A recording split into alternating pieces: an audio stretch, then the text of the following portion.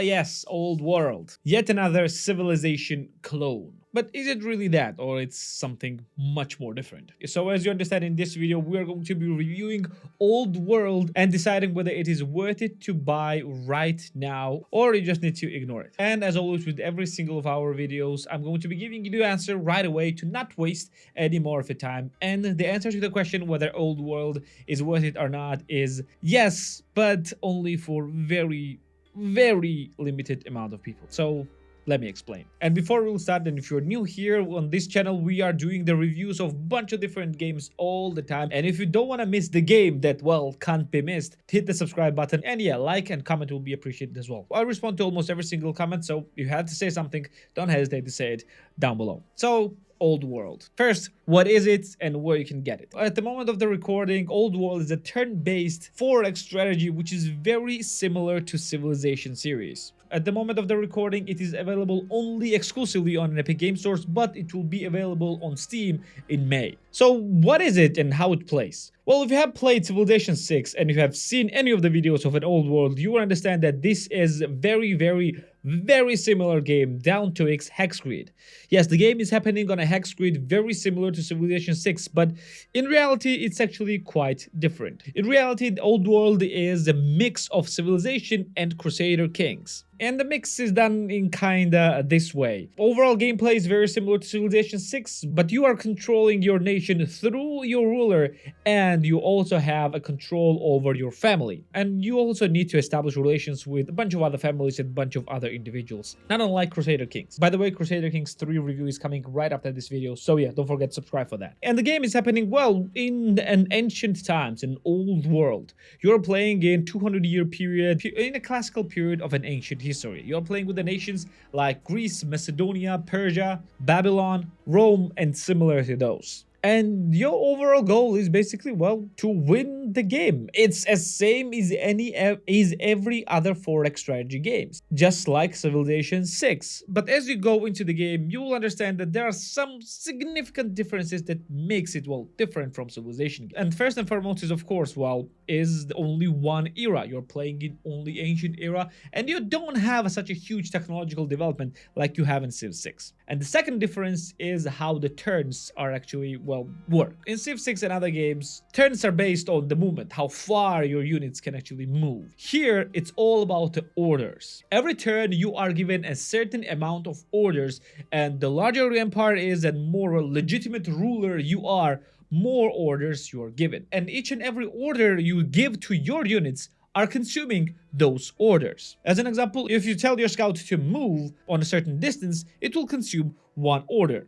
The same will be for the warriors, and the same will be for everything else in the game. However, what you can do instead is you can actually take your scout and order it to move across an entire map and spend all the orders that you have only on that scout, and basically, well, almost go halfway through the entire map only with the scout. However, because you will spend all of your orders, you will not be able to move any of your other units. So with this limited amount of orders, you have an additional element of gameplay forcing you to manage not just the units themselves, but which unit you are preferring to move and how far. The map is usually procedurally generated, but you can actually choose the different types of scenarios as well, where you can play more or less realistic maps and control your nations there. Unlike barbarians and city-states in Civilization 6, you also have different tribal cities here in this game as well. And another big difference from Civilization 6 is that you actually don't choose where you can build the cities. All the city places are, well, predetermined. You cannot choose to build anywhere you want. So far, I've, well, made a lot of comparisons with Civilization with a few differences, but what about Crusader Kings? How it is similar to Crusader Kings?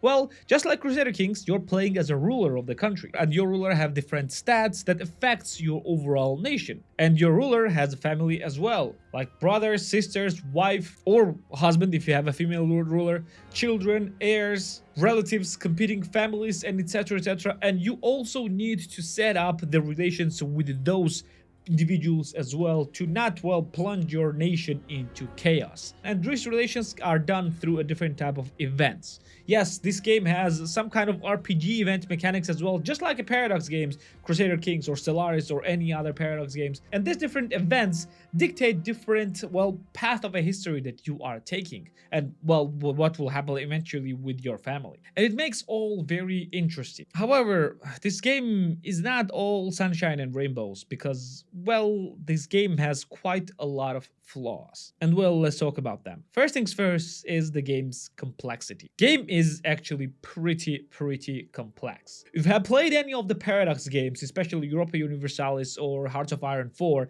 then this complexity will not be that big for you. However, if the complexity of the Paradox games were the big turnoff from playing these games, well, this might be the similar here as well. The game has okay tutorial, but it does not actually explain what everything does because you have way too many variables, and unfortunately this might be frustrating for a lot of people. That's why I said in the beginning that this might not be for everyone. It will not be very difficult to understand or not as frustrating to understand for the hardcore strategy gamers, but the question is why hardcore strategy gamers will play this one when they have all the other similar games like Civilization 6 or Civilization 5 or Crusader Kings or any other Paradox games. The actual complexity is not apparent at first, but after a few dozen turns you will understand that you literally have no idea what you're doing. So yeah, that's an issue with the game. And another issue with the game that I personally didn't like, this may be my personal matter, is the game's UI. And it does not help with the complexity at all.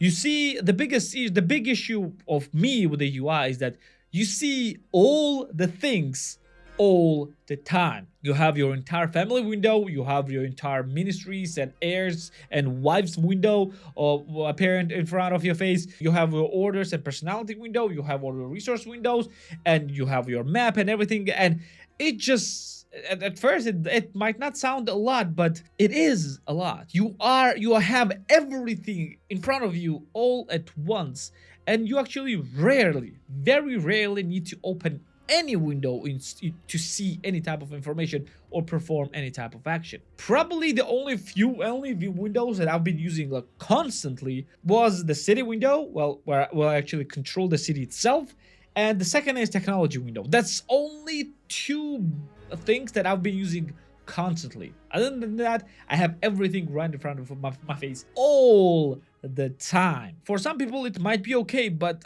for me, I didn't actually like that, to see all this clutter and all this informational overload all at once in front of my face. Don't get me wrong, it's not very difficult to understand, but for the beginners it will be a big turnoff. However, a lot of those things can and most likely will be fixed with mods, because the game has an extensive mod support, and probably a lot of modders will be fixing all of those issues, but I don't think that everything can be fixed. So now let's get to the main question: is this game actually worth it, and what should you pay for this game? Or rather, should you even pay for this game? So game is not yet available on Steam, and I really have no idea how much will it cost, but on Epic Games for the full price, game costs somewhere between $20 to $40 depending on the region you're buying from.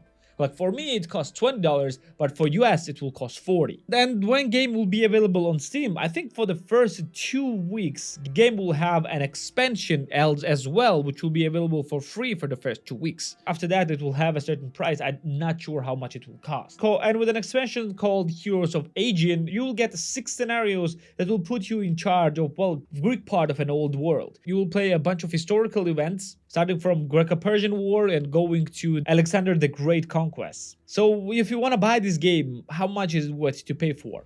Well, to be fair, if you will be able to find this game for around $20, and if you know what you're taking yourself into, and if you're ready for this complexity and you're sick of Civilization 6, or you want to find something new and something different, and you're a fan of ancient history, then for $20 this game is practically a must-buy. It is a great purchase for higher prices as well, but for $20, I would say it's a must-buy for every people in this category. And yeah, I forgot to give a disclaimer in the beginning of the video. I actually didn't pay for this game. I was provided with a free key. And as you well understood from this review, I was not paid to tell anything good about this game. And yeah, all the opinions are actually my own. But do you see how many different buts I said in the category of the people who this game is for. It's just way, way, way too niche category. And if you find yourself in this category, then yes, you're gonna have a blast with this game. But if you're not there, then well, I would unfortunately not suggest you to get this game, because it will just frustrate you, and because unless you're willing to push through at least first 10 hours of this game, you're gonna struggle a lot, and you are not gonna have a fun time. And